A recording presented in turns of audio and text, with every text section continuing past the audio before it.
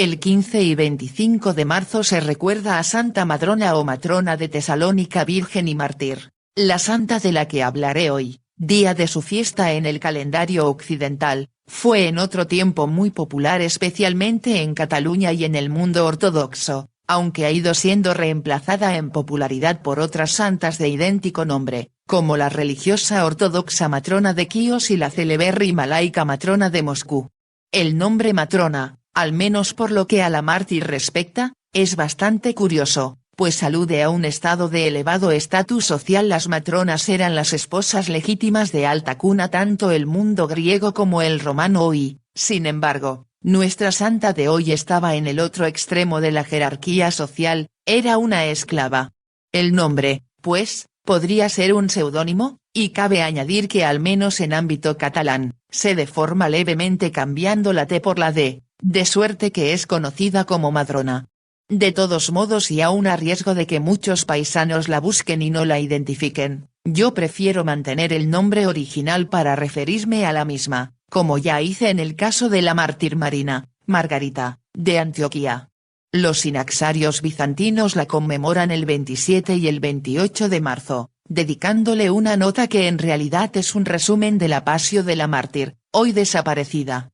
Este relato es muy parecido a otros en los que esclavas cristianas son cruelmente tratadas por sus amos, caso de Santa Agatoclia, el más similar, y además tiene un poderoso toque antisemita que hace dudar de la veracidad de la historia en sí, que no se sabe bien cuándo ubicarla, si en el siglo III, o en el Ib de nuestra era. De todos modos, vamos a relatarla.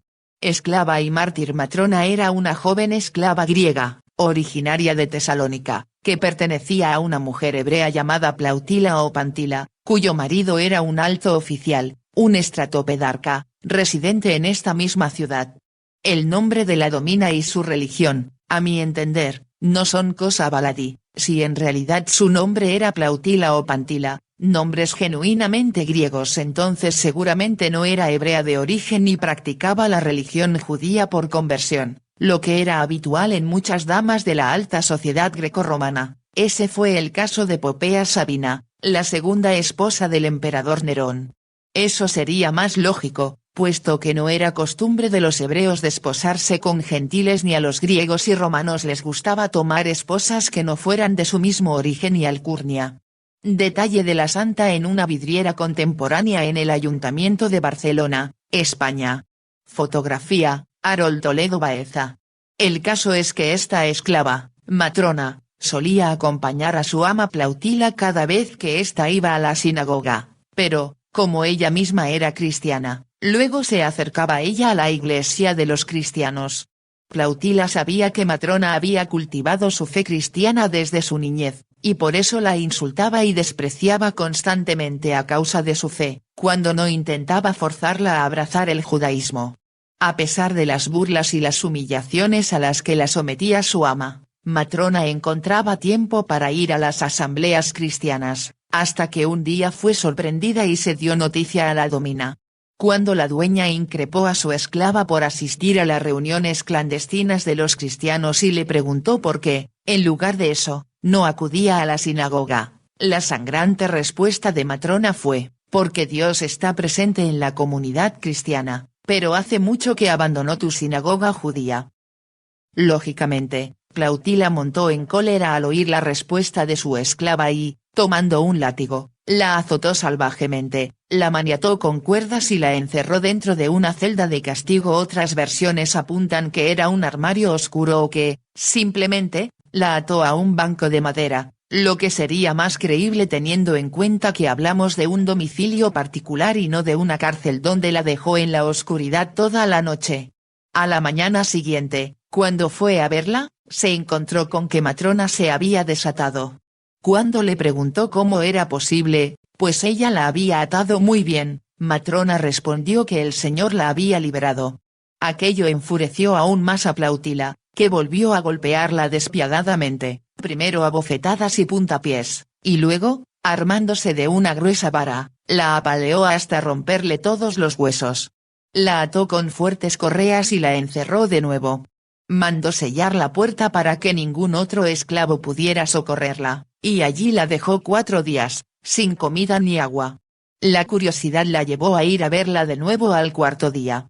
Para su estupefacción, Matrona seguía viva, estaba de nuevo desatada y eso sí que era raro ya, teniendo en cuenta que tenía el cuerpo destrozado y rezaba silenciosamente. Plautila, perdidos de nuevo los estribos, arrojó a la esclava al suelo y, tomando una correa, la azotó con saña, hasta que le dolió el brazo y dejó la piel de Matrona colgando a tiras de su cuerpo. Arrastrándola de los cabellos la tiró de nuevo al armario, donde murió en la oscuridad, debido a las terribles heridas sufridas. Detalle del martirio de la santa en las pinturas del ábside de su iglesia en Poble-sec, Barcelona, España. Fotografía, José María Ramón. Al hallar el cadáver de Matrona, Plautila lo tomó y, saliendo al tejado de su casa, lo arrojó a la empedrada calle. Otras versiones dicen que lo tiró en unas rocas a las afueras de la ciudad, para que pareciese un accidente y no la acusaran a ella de asesinato, lo cual no tiene mucho sentido, puesto que un amo podía hacer lo que quisiese con su esclavo, cuya vida le pertenecía. Al poco fue recogido por unos cristianos que la conocían y le dieron sepultura. Más tarde, el obispo Alejandro de Tesalónica levantaría una iglesia en su honor. A través de 2 cartas de San Atanasio de Alejandría, se sabe que a mediados del siglo IV hubo en Tesalónica un obispo con ese nombre, Alejandro, luego los hechos debieron ocurrir en ese tiempo. En cuanto a Plautila, la tradición nos dice que murió accidentalmente años después, cuando salió de nuevo al tejado y resbaló, rodó y fue a estrellarse en medio de la calle, siguiendo la funesta trayectoria del cuerpo de la inocente a la que había enviado a la tumba. El relato, como se puede ver, parece un poco exagerado, aunque es cierto que la ley permitía a un amo hacer lo que le viniese en gana con su esclavo. La crueldad desmedida y sin sentido estaba muy mal vista y contribuía a empañar la dignidad que se presupone en alguien de alta cuna. Como si no fuese suficientemente truculento, el sinaxario alejandrino de Miguel, obispo de Atrib y Malik, conmemora a Santa Matrona el día 10 de Tut, 7 de septiembre, con una anotación parecida a la de los sinaxarios bizantinos, pero dándole más dramatismo a estos hechos. Por ejemplo, se dice que Plautila arrojó a Matrona aún viva a un precipicio, ocasionándole la muerte con la caída. Algo bastante exagerado y que desde luego, no hubiese podido hacer una persona sola.